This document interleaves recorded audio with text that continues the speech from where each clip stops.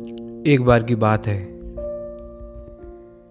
एक व्यक्ति अपनी रोज़मर्रा की ज़िंदगी से बहुत ज़्यादा परेशान हो चुका था। वो बार बार आ रहे नकारात्मक विचारों से बहुत दुखी था। उसने ये सोचा कि मैं भी संन्यास लेकर उन भिक्षुओं की तरह एक अच्छा जीवन क्यों ना जीऊँ। मैं क्यों इन सांसारिक मोह माया में पड़ा हूँ। वो अपने शहर में रहने वाले एक बौद्ध भिक्षुक के पास गया और उनसे कहने लगा, मैं बहुत परेशान हो चुका हूँ। रोज़ रोज़ नकारात्मक विचार मुझे घेर लेते हैं। ये संसार की मोह माया मुझे बहुत परेशान करती है। कृपया करके आप मुझे भी अपने संग में शामिल कर लीजिए।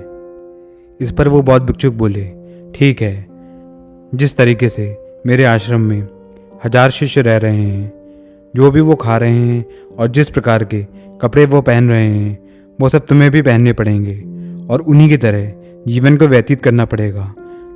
तुम्हें यहाँ पर कोई भी सुविधा नहीं मिलेगी, तुम्हें बहुत मेहनत करनी पड़ेगी।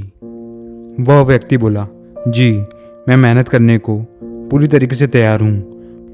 आप जो भी कहेंगे, जैसा भी कहेंगे, जिस प्रकार भी कहेंगे, मैं अपने जीवन को जीने के लिए तैयार हूँ। लेकिन मैं बस इन नकारात्मक विचारों और लगातार चल रही जीवन में परेशानियों से किसी भी तरीके से छुटकारा पाना चाहता हूँ और मैं एक आज़ाद जीवन जीना चाहता हूँ। उन बौद्ध भिक्षुक ने उसे अपने आश्रम पर भेज दिया और कहा कि जब तक मैं ना बुलाऊं तब तक तुम मुझसे दोबारा मिलोगे नहीं और आश्रम में तुम्हें जो भी काम दिया जाएगा तुम उसे पूरे मन से करोगे। वह शिष्य तैयार हो गया। अब वो आश्रम में गया। वहाँ पर उसे पूरे आश्रम की साफ सफाई और देख रेख करने का कार्य दिया गया। उसने बड़े मन से उस कार्य को करना शुरू करा। धीमे धीमे समय बीत गया। अब गुरु भी बूढ़े होने लगे थे। उस आदमी को आश्रम में रहते रहते अब 12 साल बीत चुके थे। अब गुरु को इस बात का आभास हो गया था कि वो अब ज़्यादा जीवित नहीं रहेंगे। इसी वजह से उन्हें आश्रम के लिए एक उचित उत्तराधिकारी की आवश्यकता थी। उन्होंने आश्रम में घोषणा करवाई कि जो भी आश्रम का उत्तराधिकारी बनना चाहता है वह मेरी कुटिया की दीवार पर आकर के 4 लाइनें लिख दे। जिसकी भी लाइनें सबसे अच्छी और जीवन में मूल्यवान होंगी, मैं उसे इस आश्रम का उत्तराधिकारी बना दूंगा। अब रात हुई। किसी की भी जाने की इच्छा नहीं थी, क्योंकि सभी लोग अपने गुरु से बहुत प्यार करते थे। कोई भी उनकी जगह नहीं लेना चाहता था। लेकिन अगले दिन जब सुबह हुई तो उस आश्रम की दीवार पर 4 लाइनें लिखी हुई थी। गुरु ने सुबह उठकर जब पढ़ा तो उसमें लिखा हुआ था कि मन एक दर्पण की तरह है, उसे लगातार साफ करते रहना पड़ेगा, तभी सही चित्र हमें दिखेगा।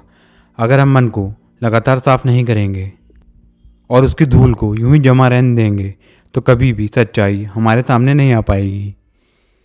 गुरु ये पढ़ करके आश्रम में जाकर के बहुत ज़्यादा क्रोधित हुए। वह ये कहने लगे, किसने मेरे आश्रम के बाहर ये ऊट पटांग बकवास लिखी है। क्योंकि गुरु जानते थे ऐसे कोई भी शिष्य अपने आप सामने नहीं आने वाला।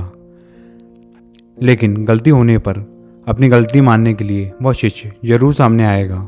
अब वह व्यक्ति गुरु के सामने गया। गुरु ने उससे पूछा, जो कुछ भी तुमने लिखा है क्या तुम्हें इसका अर्थ मालूम है। वह शिष्य बोला, जी हाँ, ना कोई दर्पण ना कोई मैल, बस जो जान गया वो मुक्त हो गया। गुरु मुस्कुराए और कहने लगे, लो बेटा, ये वस्त्र लो और यहाँ से चले जाओ। क्योंकि जब आश्रम के पढ़े लिखे शिष्य ये बात जानेंगे कि आश्रम में एक झाड़ू लगाने वाला इतना उच्च कोटि का ज्ञानी बन चुका है तो वह तुमसे बैर रखने लगेंगे और वह तुम्हें जिंदा नहीं छोड़ेंगे। इसलिए तुम यहाँ से चले जाओ। मगर जाते जाते मुझे एक बात बताओ कि तुम्हें इतना उच्च कोटि का ज्ञान कहाँ से प्राप्त हुआ। वह व्यक्ति बोला, मैं जब भी आश्रम के बाहर साफ सफाई कर रहा होता था तो आप आश्रम के बरामदे में प्रवचन दे रहे होते थे। मैं लगातार 12 सालों से उसे बड़े ध्यान से सुनता था। इसी वजह से मैं इतना ज्ञान प्राप्त कर चुका हूँ जो आम शिष्यों के बराबर तो नहीं है। कहीं ना कहीं मैं उनसे बहुत ज्ञानी बन चुका हूँ। लेकिन मैंने कभी इसका कोई अहंकार नहीं किया और ना ही कभी इसका प्रदर्शन किया। गुरु के कहने पर वो शिष्य वहाँ से चला गया और गुरु ने उसे जाते समय कहा, मैं मनी मन तुम्हें उत्तराधिकारी बनाता हूँ। चाहे तुम्हें कोई भी उत्तराधिकारी माने या ना माने, मेरा मन तुम्हें पूरी तरीके से इसके योग्य मानता है। तुम दूर जाकर के एक आश्रम बनाओ और वहाँ पर ज्ञान बांटो, लोगों के मन की शंकाओं को दूर करो और एक उचित गुरु बन करके इस समाज का कल्याण करो।